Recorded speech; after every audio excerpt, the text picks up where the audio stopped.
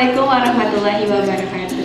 Halo semuanya, perkenalkan nama saya Nova Ramadini Duyanti, mahasiswi program studi pendidikan guru sekolah dasar kelas 5M. Pada kesempatan kali ini kita akan melaksanakan proses praktikum IPA di sekolah dasar.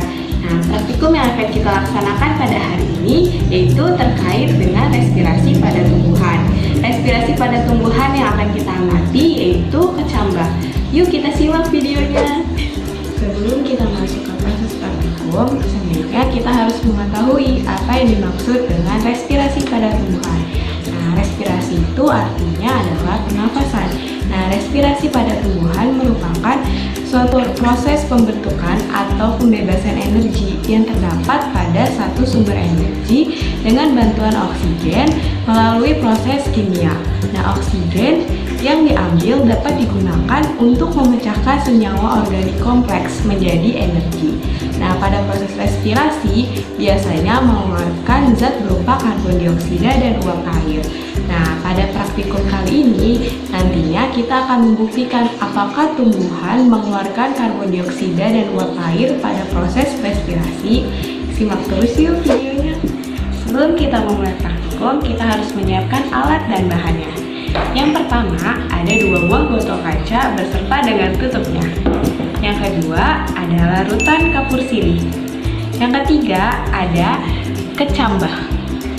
Kecambah yang segar dan kecambah yang sudah direbus.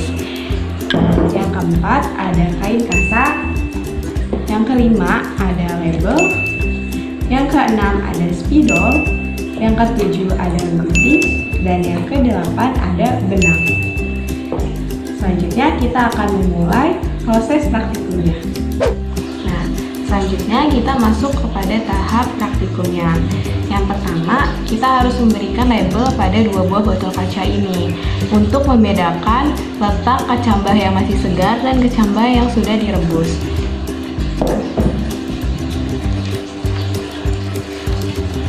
Untuk botol yang pertama, kita beri label A.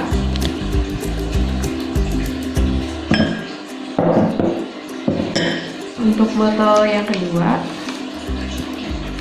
kita beri label B.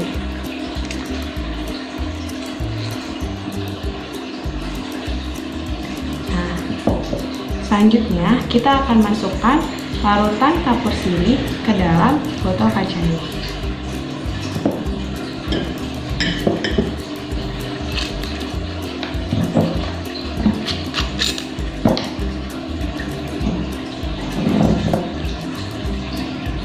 Untuk takaran larutannya itu sesuai dengan bentuk botol yang kita punya.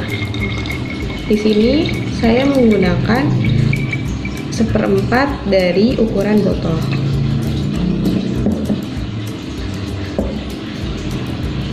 Untuk botol kaca yang B, jumlahnya harus sama dengan botol kaca yang ada di botol A. Dan sedikit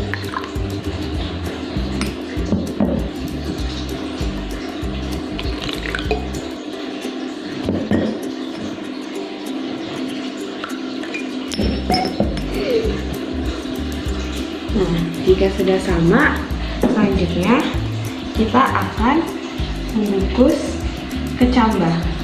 Dimulai dari kecambah yang sudah direbus. Untuk jumlah kecambahnya disesuaikan dengan ukuran mulut botol. Kita bungkus kecambahnya, kemudian kita ikat dengan benang. Usahakan benangnya ini panjang agar bisa digantungkan pada mulut botol.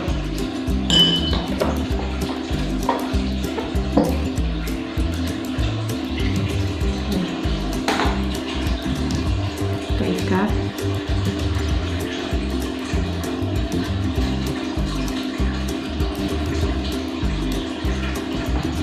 Dan kita masukkan ke botol A.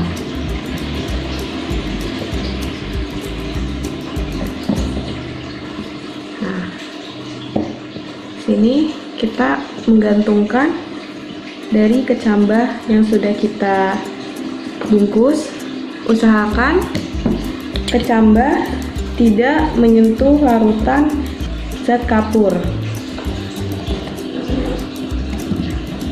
Kita tutup. Kemudian dilanjutkan pada kecambah selanjutnya, yaitu kecambah segar. Untuk jumlahnya sama, disesuaikan dengan mulut botol. Kita bungkus, kemudian kita ikat.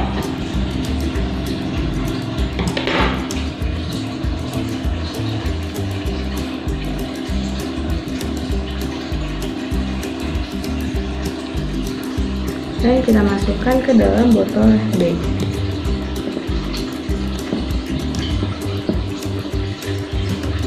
Kemudian kita tutup.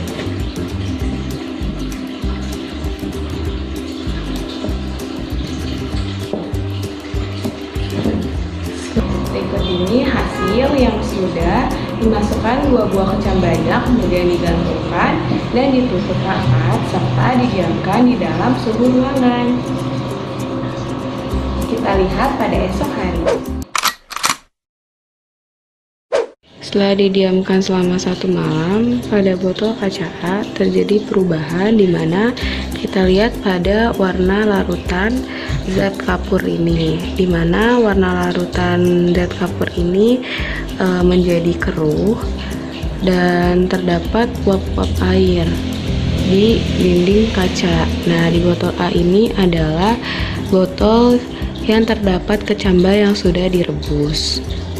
Didiamkan selama 1 malam, terjadi perubahan pada botol sebelumnya, yaitu pada warna larutan zat kapurnya, di mana warna larutannya ini berubah menjadi sedikit lebih keruh, dan pada dinding-dinding botol kacanya terdapat uap-uap air. Nah, uap-uap air ini merupakan terjadinya proses respirasi, di mana pada botol B ini berisi kecambah yang masih segar. Setelah didiamkan selama 1 malam, terjadi proses respirasi pada botol A dan botol B, di mana pada botol A yang berisi kecambah yang sudah direbus dan botol B berisi kecambah yang masih segar. Kita perhatikan dengan seksama, warna larutan pada botol A itu jauh lebih keruh dibandingkan warna larutan pada botol B. Nah, pada dinding-dinding botol pada botol A dan botol B terdapat uap-uap air yang menempel pada dinding kaca. Serta pada bagian dasar botol terdapat endapan dari kapur sirih, di mana dapat kita lihat endapan yang terjadi lebih banyak di botol yang A dibandingkan dengan botol yang B. Kenapa demikian? Karena pada proses respirasi ini menghasilkan gas sisa atau karbon dioksida.